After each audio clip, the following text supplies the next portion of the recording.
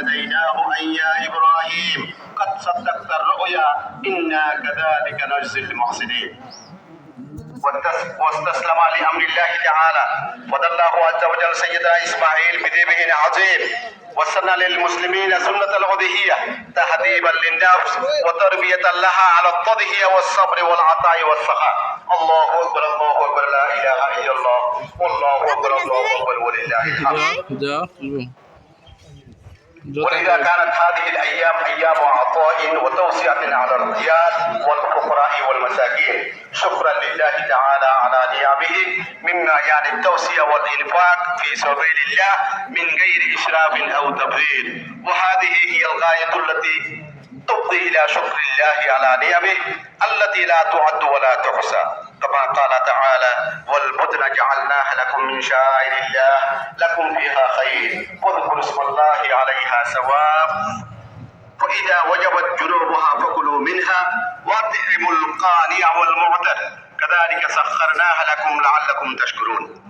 ومعنى هذه الآيات يشمل الحجاج في المشاعر كما يتناول المسلمين القائمين بسنة الأضحية في كل مكان. الله أكبر الله أكبر لا إله إلا الله والله أكبر الله أكبر ولله الحمد. ومن فضل الله تعالى علينا أن جعلنا من المقتفين لآثار إمام الأنبياء خليل الله إبراهيم عليه الصلاة والسلام متبعين سنن الحبيب المصطفى محسنين شاكرين لأنعم الله المختلفة وذلك هو مقتضى الإيمان الصادق الذي يثمر العمل الصالح باعتبارها شرط الحياة الطيبة والسعادة الأبدية في الدنيا والآخرة.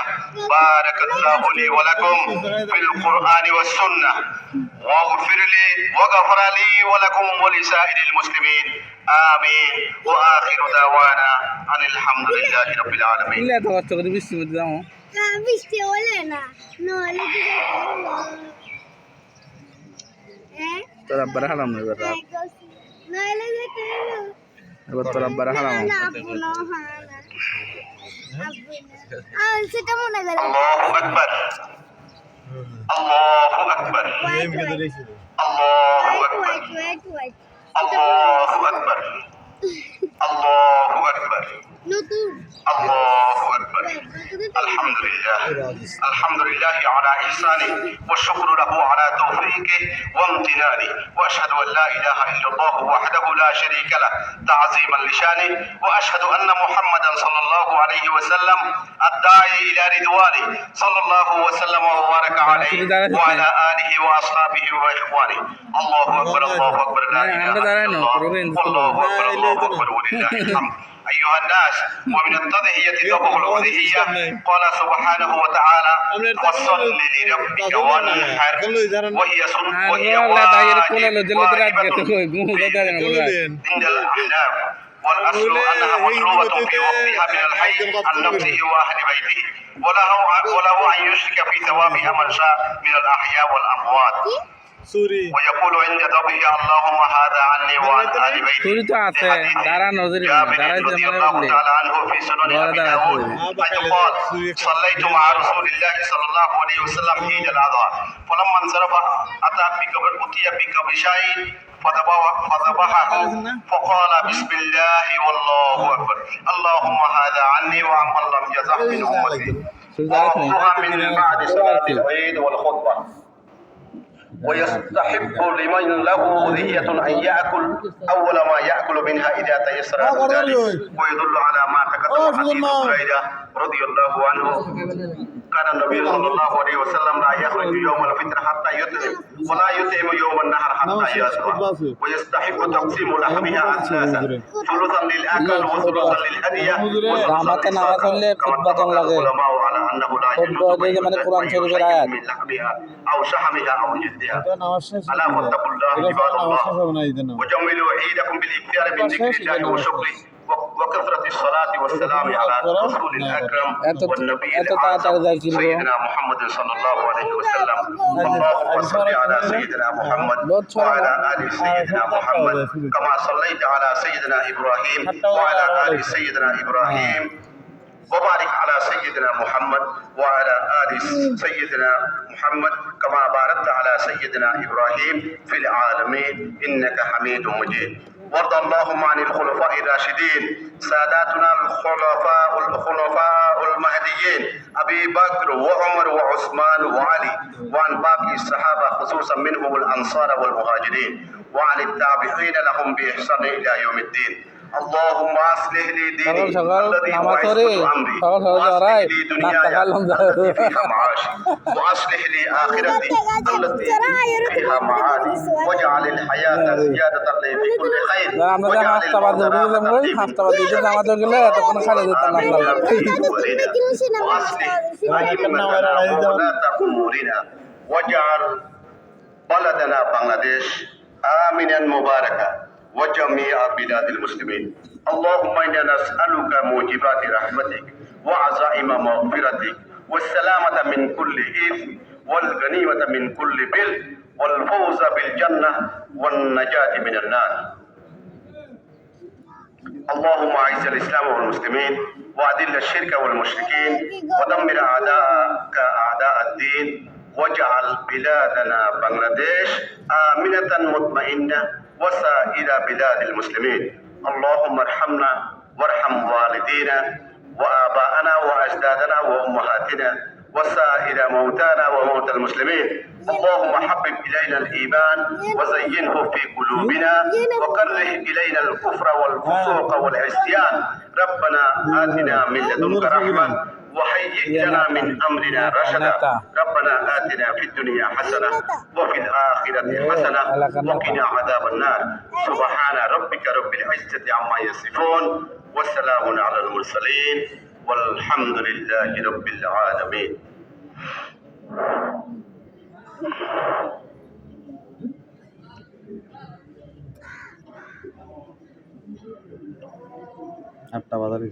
জাত কাকু খাওয়া তোর এখন আমরা সবাই দোয়া করব।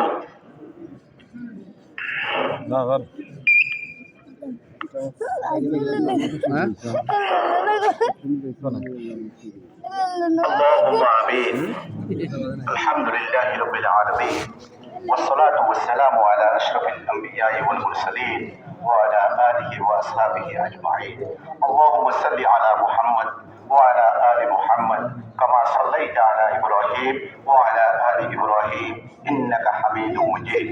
اللهم بارك على محمد وعلى آل محمد كما باركت على إبراهيم وعلى آل إبراهيم إنك حميد مجيد. اللهم إني أعوذ بك من العجز والكسل والجبن والهرم والبخل، وأعوذ بك من عذاب القبر ومن فتنة المحيا والممات. اللهم إني أعوذ بك من الهم والحزن والعجز والكسل والجبن والبخل وضلع الدين وقهر الرجال. اللهم إني أعوذ بك من الكسل والهرم والمكرم والمأثم. اللهم إني أعوذ بك من عذاب النار ومن فتنة النار ومن فتنة القبر ومن عذاب القبر ومن شر فتنة الغنى وشر فتنة الفقر ومن شر فتنة المسيح الدجال. اللهم إني أعوذ بك من شر ما عملت ومن شر ما لم أعمل. اللهم إني أعوذ بك من فتنة النار ومن عذاب النار وأعوذ بك من فتنة القبر. اللهم إني أعوذ بك من زوال نعمتك وتحول عافيتك وفجأة نقمتك وجميع سخطك. اللهم إني أعوذ بك من البرص والجنون والجذام ومن سيء الأسقام. اللهم إني أسألك من الخير كله عاجله وآجله ما علمت منه وما لم أعلم، وأعوذ بك من الشر كله عاجله وآجله ما علمت منه وما لم أعلم. اللهم إني أسألك من خير ما سألك عبدك ونبيك، وأعوذ بك من شر ما عاد به عبدك ونبيك. اللهم إني أسألك الهدى والتقى والعفاف والغنى. اللهم أعني على ذكرك وشكرك وحسن عبادتك. اللهم أصلح لي ديني الذي هو عصمة أمري، وأصلح لي دنياي التي فيها معاشي، وأصلح لي آخرتي التي فيها معادي واجعل الحياة زيادة لي في كل خير واجعل الموت راحة لي من كل شر রব্বুল আলামিন আজকে এই পবিত্র ঈদুল আজহার দিন ঈদুল আজহার নামাজের পরে আপনার দরবারে হাত উঠেছি রব্বুল করিম আমাদের সকলের দোয়াকে কবুল করে নিন মওলা রব্বুল আলামিন আমাদেরকে হায়াতে তৈয়বা দান করো আসমানি জমিনি বলা থেকে হেফাজত করো রব্বুল আলামিন আমরা যারা হাত উঠেছি আমাদের আব্বা আম্মা দাদা দাদি নানা নানি শ্বশুর শাশুড়ি খাস আকারে বন্ধু বান্ধব পাড়া প্রতিবেশী যারা কবরস্থ হয়ে গেছেন সকলের কবর আযাবকে মাফ করে দাও মওলা রব্বুল আলামিন তাম পৃথিবীর মাটির যে যত মুমিন মুমিনা শুয়ে আছেন সকলের কবর আযাবকে মাফ করে দাও মওলা রব্বুল আলামিন আমাদেরকে হালাল পথে পরিচালিত করো আমাদেরকে হারাম থেকে বাঁচিয়ে রাখো রব্বুল আলামিন আমাদের আহলে ও আয়ালকে দিনদার মুত্তাকি নামাজি বানিয়ে দাও রব্বুল আলামিন আমাদের প্রিয় মাতৃভূমি বাংলাদেশের উপর খাস রহমত নাযিল করো রব্বুল আলামিন আমাদের বাংলাদেশের সরকার প্রধান জনাব তারেক রহমান যে সমস্ত কার্যক্রম হাতে নিয়েছেন দেশ ও দশের কল্যাণে সবগুলোকে কবুল করো মওলা রব্বুল আলামিন তাকে সত্যকে সত্য হিসাবে জানার মানার বোঝার তৌফিক দান করো মওলা রব্বুল আলামিন আমাদের সাবেক প্রধানমন্ত্রী বেগম খালেদা জিয়া মরহুমা খালেদা জিয়া তার জীবনের সাইয়্যাতকে মিটিয়ে দিয়ে তার হাসানাতকে কবুল করে নেন মওলা রব্বুল আলামিন শহীদ রাষ্ট্রপতি জিয়াউর রহমানকে শহীদি মর্যাদা দিয়ে জান্নাতুল ফেরদৌস দান করো মওলা রব্বুল আলামিন এই সরকারের মধ্যে আর যারা দায়িত্বশীল আছেন তাদেরকে সৎ পথে থাকার তৌফিক দান করো মওলা আমাদের সকলকে হেদায়েত দান করো মওলা রব্বুল আলামিন আমাদেরকে সিরাতে মুস্তাকিম দান করো মওলা রব্বুল আলামিন আমাদের মধ্যে অনেকের অনেক সমস্যা আছে সকলের সমস্যার সমাধান একমাত্র আপনার হাতে মওলা আমাদের সকলের সমস্যাকে সমাধান করে দাও মওলা রব্বুল আলামিন আমাদের মধ্যে অনেকে অসুস্থ আছেন তাদেরকে শিফায়ে কুল্লি দান করো অনেকে ঋণগ্রস্ত আছেন তাদেরকে ঋণ পরিশোধ করার তৌফিক দান করো অনেকে অনেক রকমের সমস্যা আছে সকলের সমস্যাকে তুমি সমাধান করে দাও মওলা রব্বুল আলামিন আমাদের এমপি মহোদয় এখানে আছেন তাকে হায়াতে তৈয়বা দান করো তিনি যেন সীতাকুণ্ড সহ সারা দেশের কল্যাণে কাজ করতে পারেন এই তৌফিক তাকে দান করো মওলা রব্বুল আলামিন আমাদের ইউনো মহোদয় আছে তাকেও সীতাকুণ্ডের উন্নয়নে সব ধরনের ভালো কাজ করতে পারে এই তৌফিক দান করো মওলা আরো অনেক নেতৃবৃন্দ আছেন সকলকে যার যার পর্যায়ে সৎ পথে থাকার তৌফিক দান করো মওলা রব্বুল আলামিন পরিশেষে আপনার কাছে এমন একটা জিনিস চাই যে জিনিস আর আপনার কোনো শত্রু পায় না সেই জিনিসটা হচ্ছে সিরাতে মুস্তাকিম যেটা আপনি আপনার নেয়ামত প্রাপ্ত নবীন সিদ্দিকিন শুহাদা সালেহিন পেয়েছেন সেই পথ আমাদেরকে দান করো মওলা ربنا تقبل منا انك انت السميع العليم ربنا ظلمنا انفسنا وان لم تغفر لنا وترحمنا لنكونن من الخاسرين ربنا لا تزغ قلوبنا بعد إذ هديتنا وهب لنا من لدنك رحمة إنك أنت الوهاب بجود سبحان ربك رب العزة عما يصفون وسلام على المرسلين والحمد لله رب العالمين واجعل آخر كلامنا عند الموت لا إله إلا الله محمد رسول الله السلام عليكم ورحمة الله